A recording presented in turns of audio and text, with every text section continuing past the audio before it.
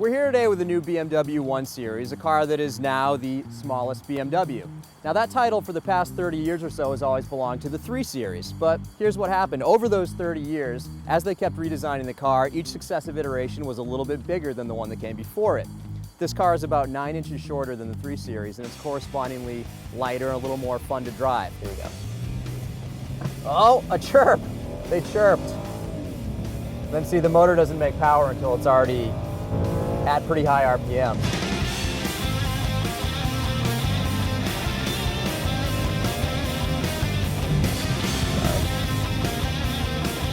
This is 230 horsepower. It's a respectable number, but it doesn't have a ton of torque, so it's not going to slam you back in the seat and just take off at any RPM. You have to really rev it up, and that's fun because it's a smooth motor, but it's just not as ultimately fast as the turbo car.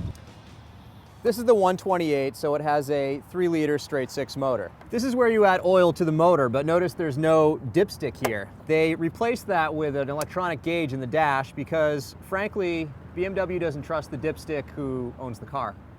Now, you'll notice you can only see about half of the engine here because the other half is buried so far back toward the firewall because BMW is obsessed with weight distribution. That's also why you don't see a battery up here. This is your post for jump starting because the battery is somewhere in the nether regions of the trunk.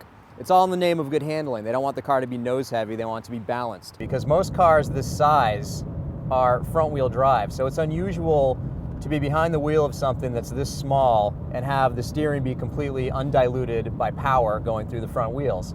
So you set this thing into a corner and it just sets and goes. It tracks beautifully straight. Once you take your line, once you take a set, you know, there's none of this. There's none of this, oh, I gotta correct 300 times in the middle of a corner.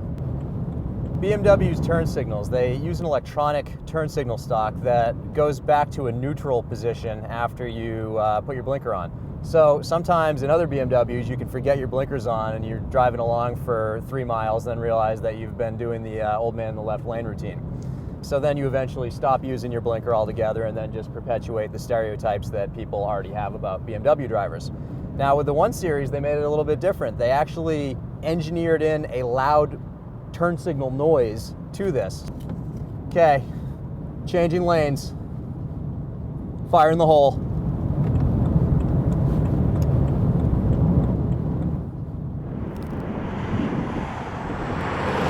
There are a few situations in this world that make you feel like more of a pox on society than when you're at a red light, putting the top down your convertible, and the light changes. Oh, sorry, don't mind me, just in my convertible, putting the top down.